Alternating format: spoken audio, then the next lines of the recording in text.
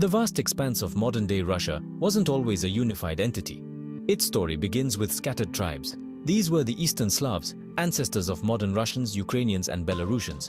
They migrated across Eastern Europe, settling around rivers and fertile plains. Picture a tapestry of small villages, each with its own customs and dialects, yet bound by common Slavic roots. These early Slavs lived off the land. Farming and hunting were their lifelines. Their world was one of dense forests and flowing rivers. Imagine a time when nature dictated the rhythm of life. But their isolation wouldn't last forever. Trade routes began to crisscross their lands. The Vikings, renowned seafarers and traders, ventured down from Scandinavia. This interaction opened up the Slavic world to new ideas and influences. It also set the stage for the emergence of a powerful kingdom that would unite the Eastern Slavs, Kievan Rus. From the confluence of trade routes and cultural exchange, a new era began to unfold in Eastern Europe. A new power arose, Kievan Rus, a state that would become a beacon of civilization and culture in the region.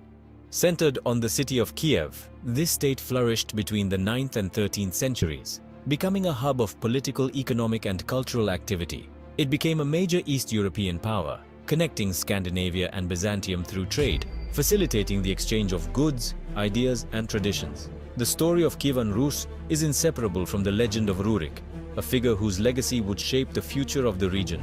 A Viking warrior, Rurik is said to have arrived in Novgorod in 862, bringing with him the strength and leadership that would lay the foundation for a new dynasty.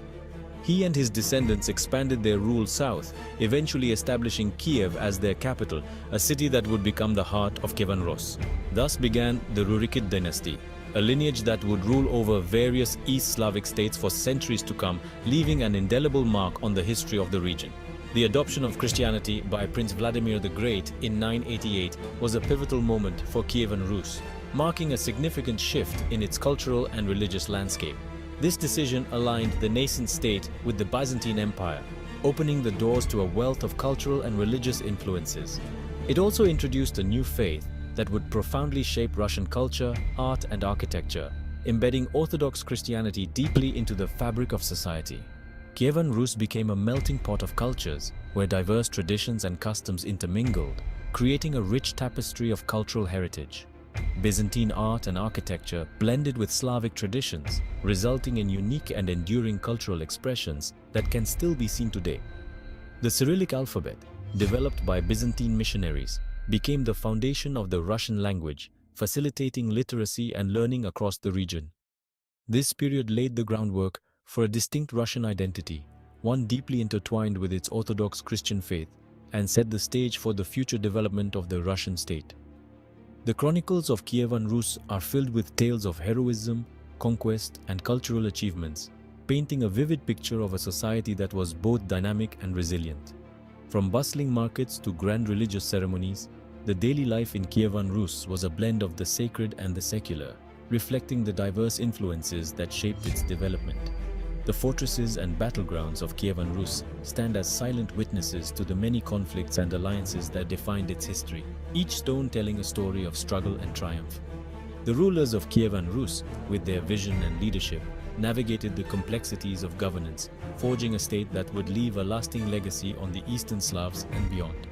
Today, the legacy of Kievan Rus can still be felt in the cultural and historical landmarks that dot the landscape, serving as a testament to a time when the Eastern Slavs were unified under a powerful and influential state. The unification of the Eastern Slavs under Kievan Rus was a defining chapter in the history of Eastern Europe, one that continues to inspire and inform the region's identity to this day.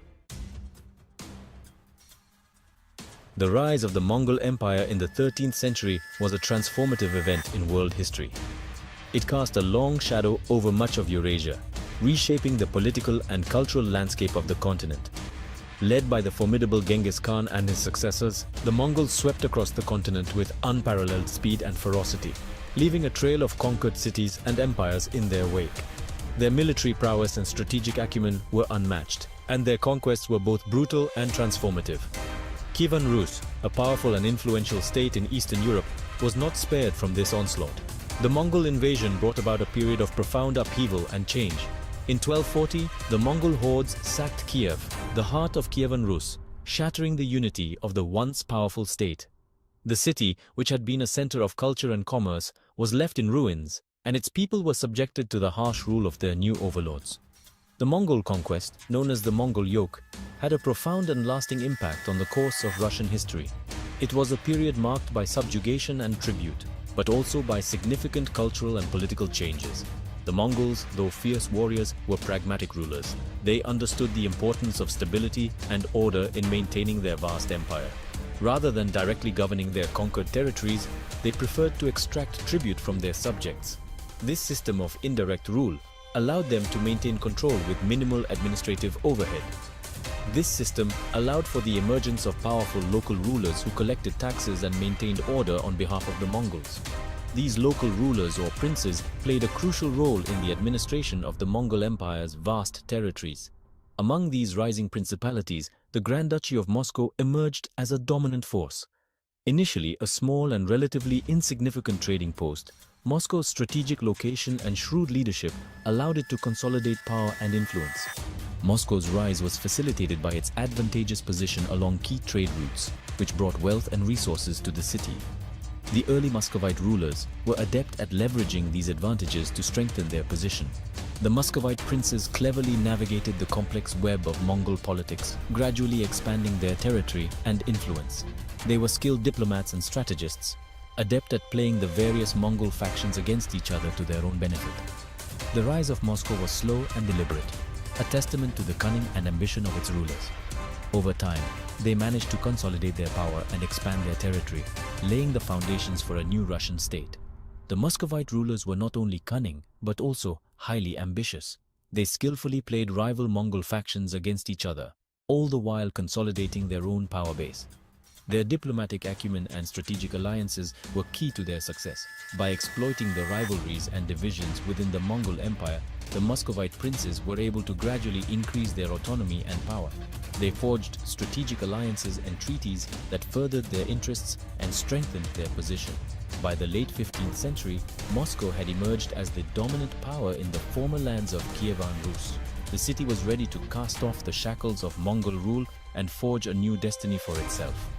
This period marked the dawn of a new era in Russian history, as Moscow began to assert its independence and lay the groundwork for the future Russian state. The reign of Ivan IV, better known as Ivan the Terrible, marked a turning point in Russian history. His rule was a complex tapestry of ambition, brutality, and transformation that would leave an indelible mark on the nation.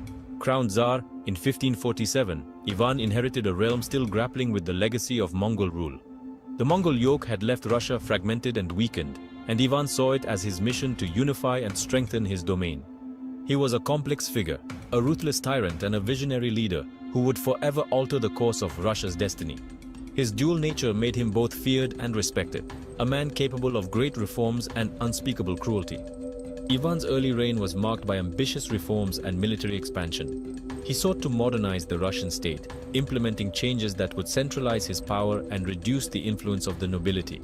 He centralized power, curbing the influence of the powerful boyar families.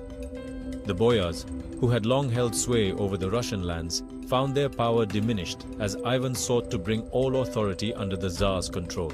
His armies conquered the Khanates of Kazan and Astrakhan, remnants of the once mighty Mongol Empire. These conquests were not just military victories but also symbolic acts of reclaiming Russian pride and strength.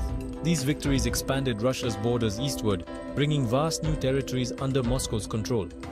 The newly acquired lands were rich in resources, providing the economic foundation for future growth. However, Ivan's reign took a dark turn in the latter half of his rule. The pressures of leadership, combined with personal tragedies, seemed to unhinge him, leading to a period of intense paranoia and cruelty. Paranoid and prone to fits of rage, he unleashed a reign of terror that decimated the boyar class and plunged Russia into an era of violence and repression. His anger often turned inward, leading to brutal purges and executions. His oprichnina, a secret police force loyal only to him, terrorized the populace, executing perceived enemies and confiscating their lands. The oprichnina's black-clad riders became a symbol of fear, their presence a harbinger of death and destruction. Despite his brutality, Ivan the Terrible left an indelible mark on Russia. His reign was a paradox of progress and terror, a time when the foundations of modern Russia were laid amidst the chaos of his rule. He transformed Russia into a centralized autocracy, breaking the power of the old nobility and laying the foundation for the absolute rule of future czars. His vision of a strong, unified Russia would influence the nation's trajectory for centuries to come. His reign was a period of both terror and transformation, a testament to the complex and often contradictory nature of power.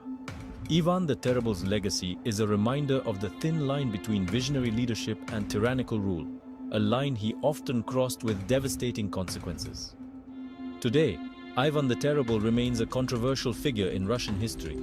His actions continue to be studied and debated, reflecting the enduring impact of his tumultuous reign. Whether seen as a hero or a villain, his influence on the shaping of Russia is undeniable. As historians and scholars delve deeper into his life and times, the story of Ivan the Terrible serves as a powerful narrative of ambition, power, and the human condition. His reign, with all its complexities, offers valuable lessons on the nature of leadership and the consequences of absolute power. Ivan the Terrible's legacy is woven into the very fabric of Russian history, a testament to a ruler who, despite his flaws, played a pivotal role in shaping the nation. His story is a reminder of the enduring impact of leadership, for better or worse, on the course of history.